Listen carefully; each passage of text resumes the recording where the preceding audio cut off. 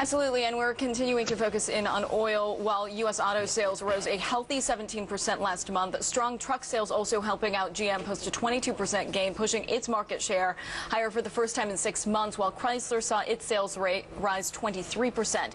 But recent data suggests that many drivers still squeezed by the economy are holding on to their cars for even longer, 10 years or more, in fact.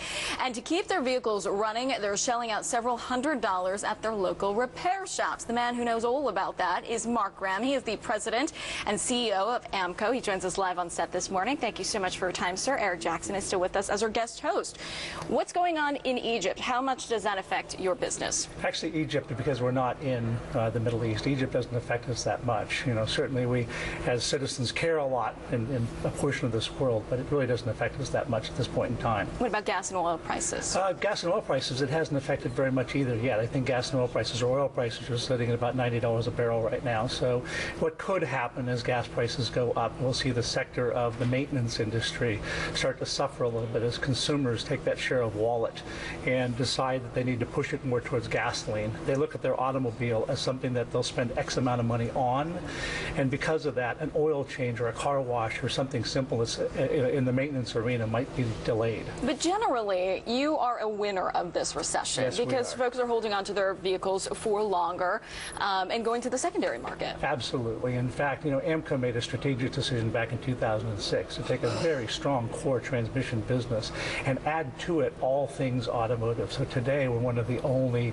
service facilities that do everything to a car. So when you want to have something done to your car to make it like new, AAMCO is the perfect place to do it. And Marc, we were talking before about some of the challenges that maybe your customers face and how you see that playing out in your business. Can you just talk about, you know, what are some of the challenges that they deal with when they come in for repair, and how you're trying to deal with that? Absolutely. Well, certainly there's always, you know, the question that they have about, you know, how much do I need to do? And, you know, I think when you're working with a 50-year-old brand like AAMCO, you're a little more comfortable. But, you know, after you get past that point and you understand what you need to do to your car to get it back on the road, you've got the issue of how much money do you have. And of course, this has been a tough economic market, and even though we have moved forward a little bit, and we're in better shape than we were maybe a year and a half ago, it isn't like you can shell out $2,000, or, you know, you've got a credit card that's got the same amount of room, because credit card companies have kind of stepped that down to a lot of consumers. So financing is an issue. And of course, we work with that with our consumers. We've got a lot of innovative ways for them to get financing to work on their cars, but it's still an issue. Has it been a challenge to try to get that financing? Absolutely.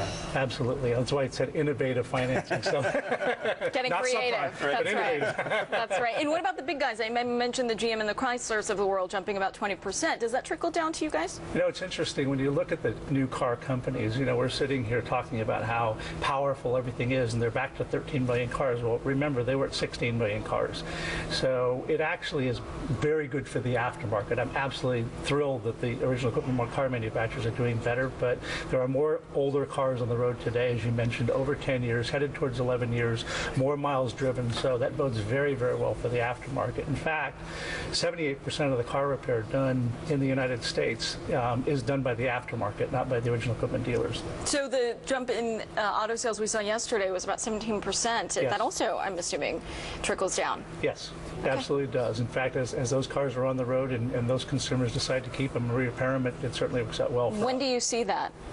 We won't see it for probably 4 years. Okay. So, but keep in mind that the car base is very strong now. We have more cars on the road today than we had, say, 3 years ago. People are keeping them. Good. They're being salvaged less often. It's good for your business. Marc Graham, great to see you this morning, President and CEO of AAMCO. Thank you so much for your time. Thank you. We appreciate it. Coming up next, we look ahead to the day of trading on Wall Street. Of course, we're getting a reading on jobs.